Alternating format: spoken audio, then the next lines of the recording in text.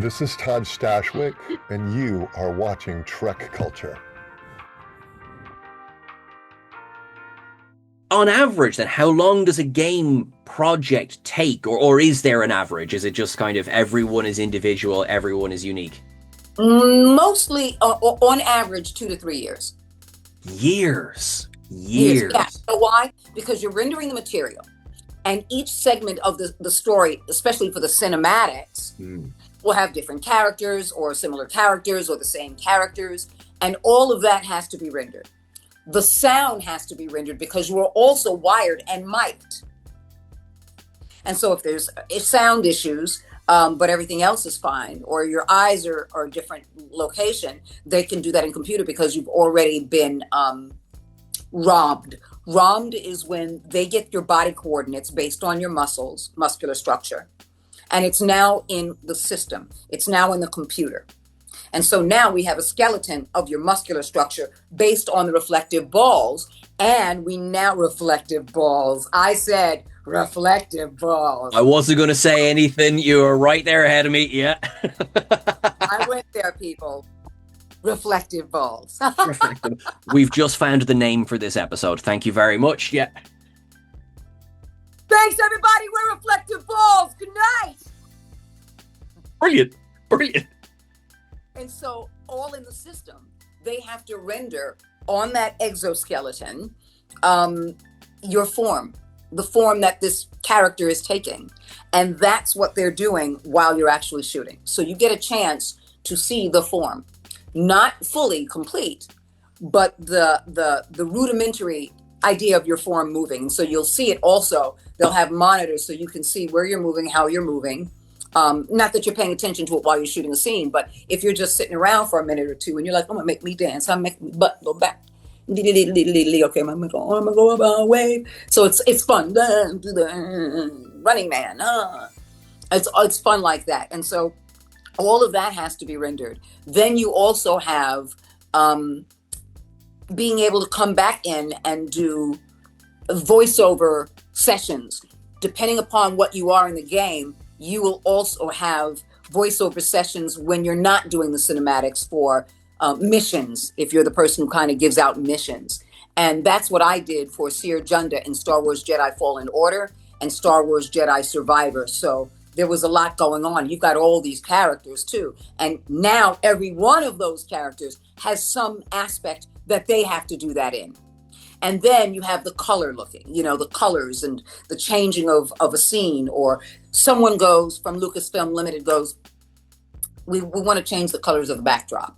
And so it's all of that and making sure once you get it all, you check it all. Once you check it all, you find out if there are any changes. Once those changes come, so it's a lot of work. It is painstaking work for everyone else who is doing the job that's all technical. It's painstaking. I'm the one who just did. Hey, Debra. Hi, you don't know me. I work for blah blah blah. I work for Respawn Entertainment. I've seen your face, your character, Seer Junda, every day because I do your hairline. So when it moves, the sheen or the glow or the gloss, I do this. I do that. I make sure that. So you meet different people who do different things. Who go, you don't know me, but I've seen your face for the past year.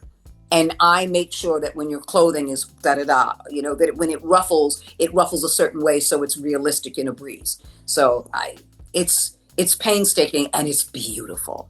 It's so artistic and it's a powerful craft, so that you don't even pay attention to it. That means their craft was so genius and so brilliant with what they did that it is a part of the experience and a part of why you emotionally connect to it, because there's nothing that stands out to stop and break that reality for you. And so I bow down to everyone who does that, because while I'm done, maybe after 6 months, it's a year to 2 years for them.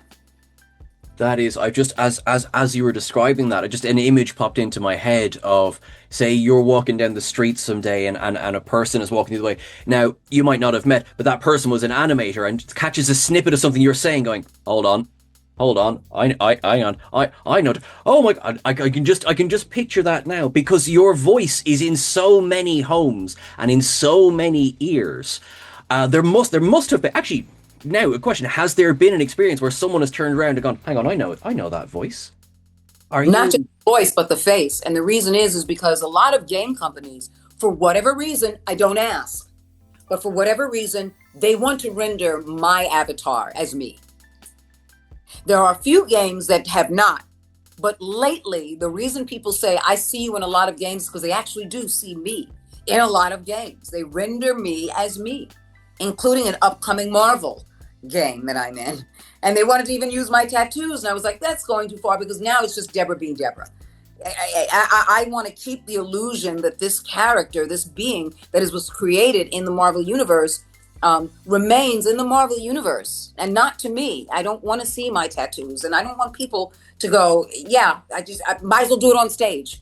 Let me make it a one-woman show if that's the case. I really want to be able to allow people to have that opportunity to use their imagination, creativity, and allow my voice to be a foundation of that is different than that.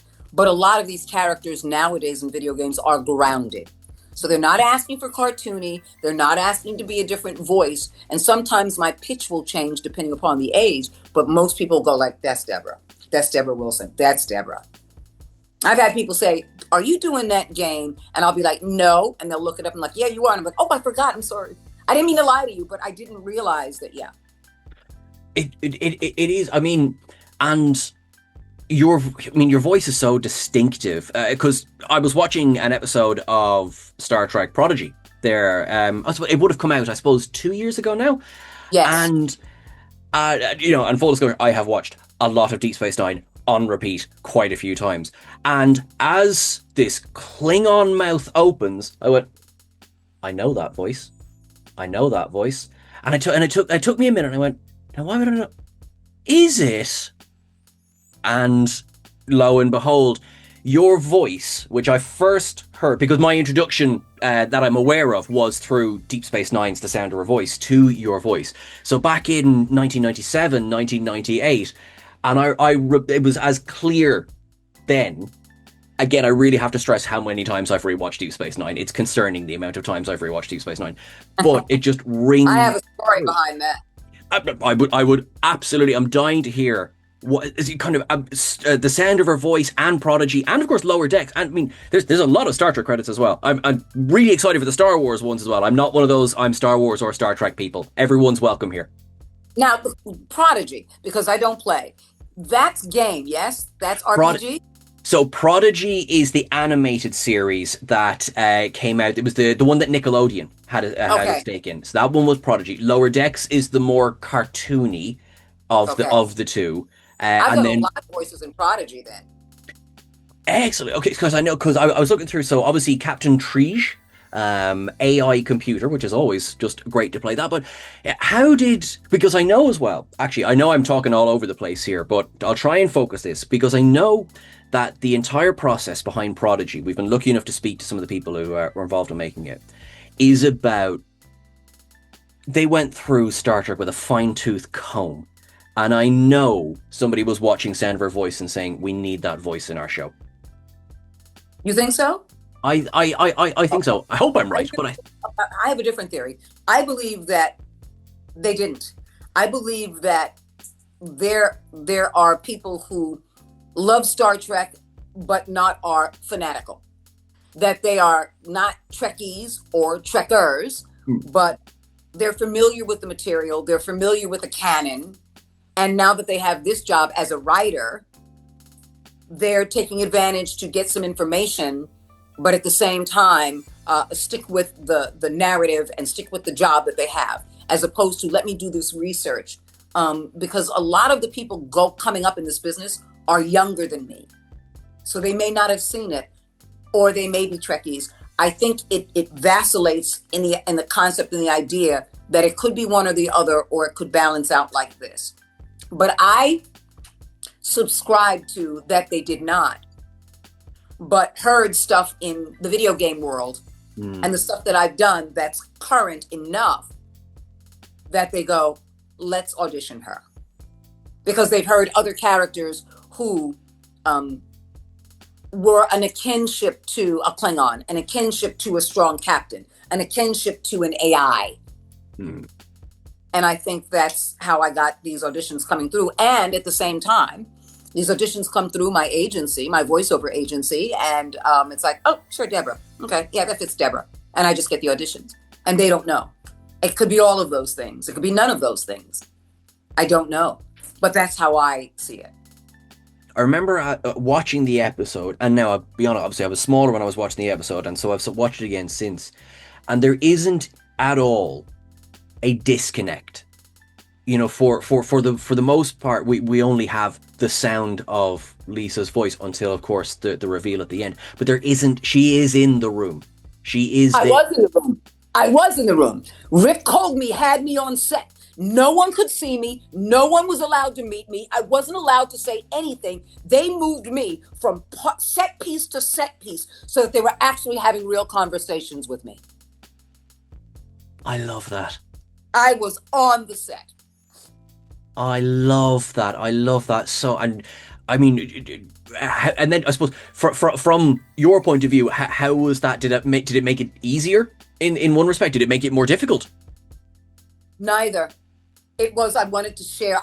Because I had booked it and I knew and I was already there, I was ready to spill it out again.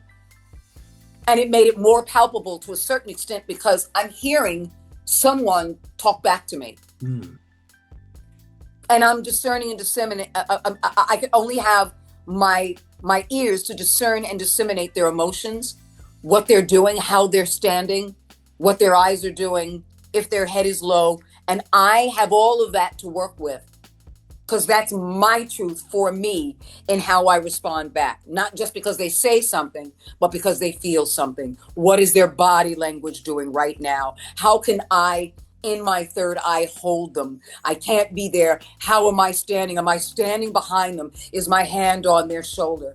Am I sitting on a console looking at them while they're looking away? Like a ghost. All of that. It gave me all of that, and I chose all of that as my playground. Having, obviously, Colm Meaney, but having everyone just raise a glass to the sound of her voice. It's one of those just beautiful memories that I think, again, I'm biased, but I think it's something that Star Trek does very well, is it shows you parts of humanity that are there. They might do it in spacesuits and they might do it out in the final frontier, but it's the things that are happening here at home. And the beautiful orchestration of the story, which was, let's save her, let's keep her alive, let's keep her speaking.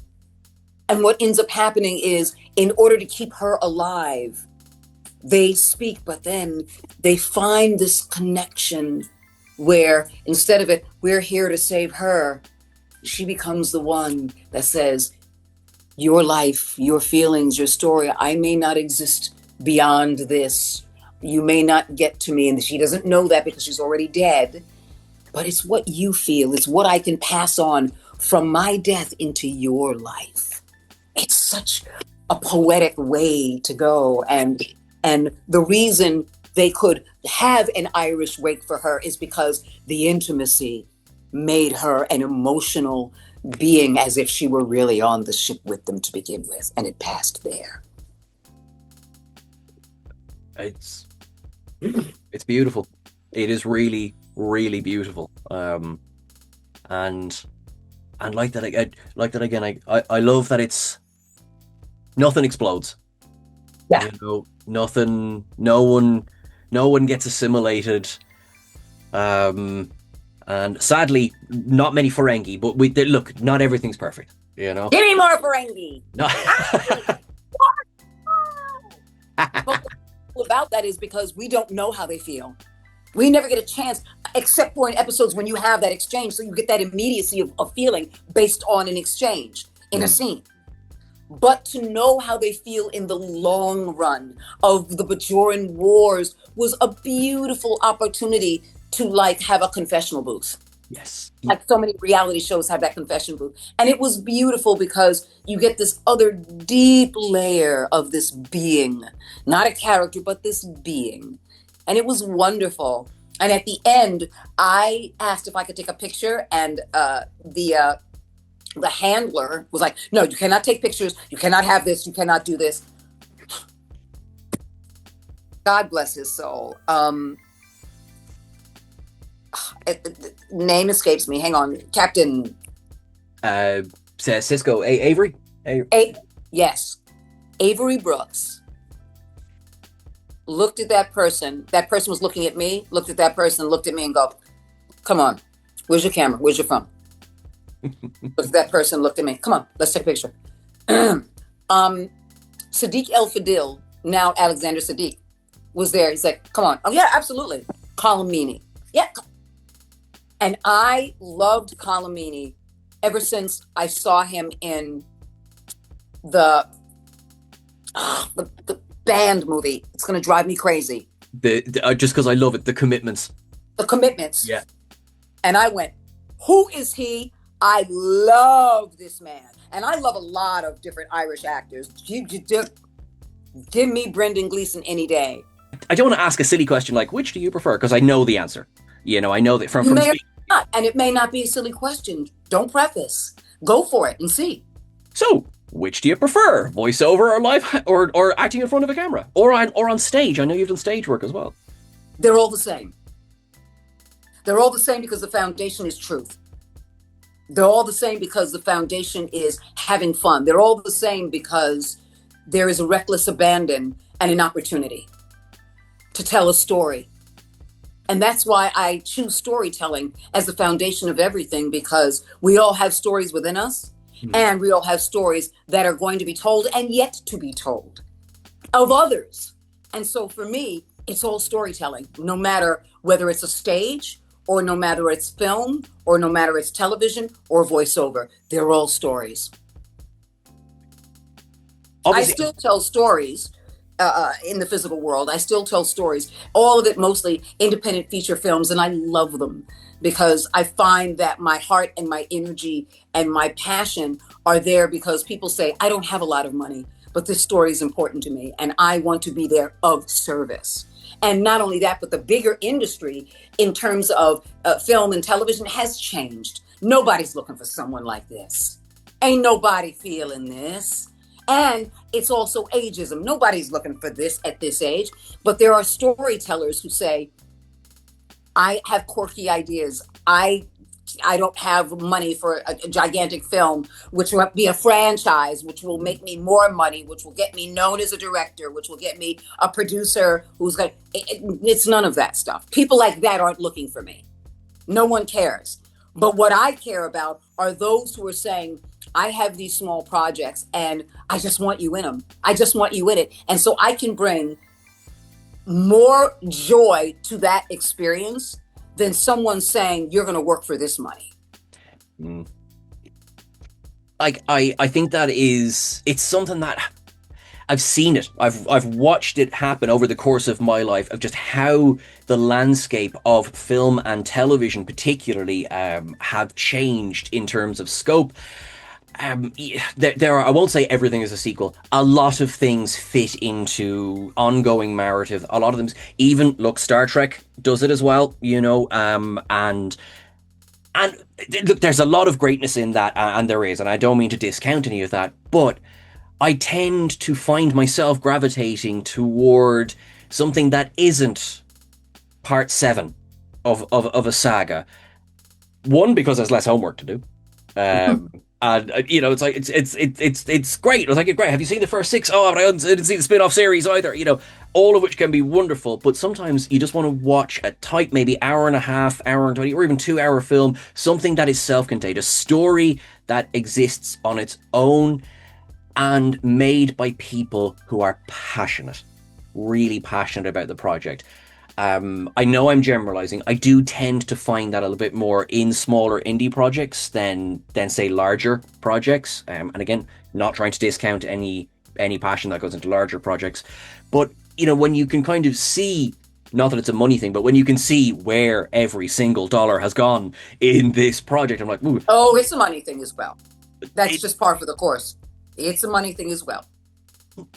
Do you find that the length you spend on a project has changed as well over the years? Because, you know, for example, say say if you're doing like an indie film, do you generally find, is that months, is that weeks, is that days? I don't know myself what it's like in that kind of sense.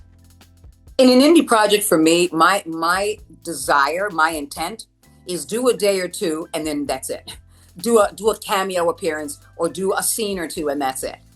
Because I'm like, I don't want to, I choose not to invest in being a lead in anything, or invest in working on an indie project that's going to take up a lot of time, because my focus in terms of the joy and the fun and the work is voiceover, is the voice work.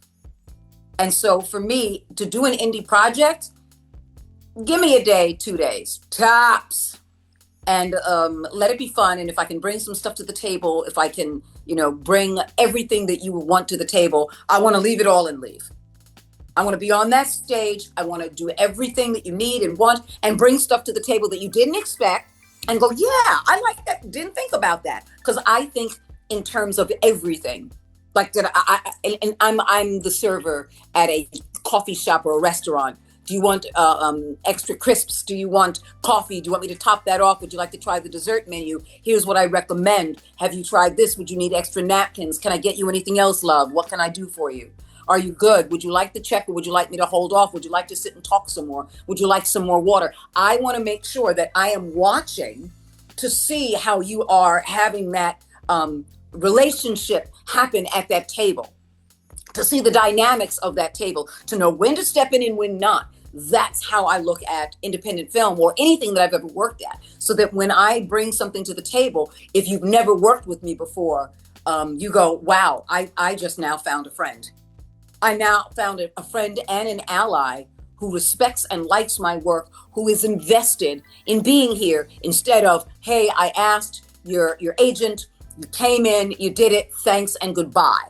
I want to invest in everything. So when I'm doing something, it's like, did you think about this? Did you think about this? Okay, can you tell me why, so I can bring this to the, I'm here to completely serve and have a great time doing it. And because that investment is powerful, especially in front of the camera, and I'm seeing everything that's going on with everyone else, I want to do it in a short period of time, a short burst, and then go on.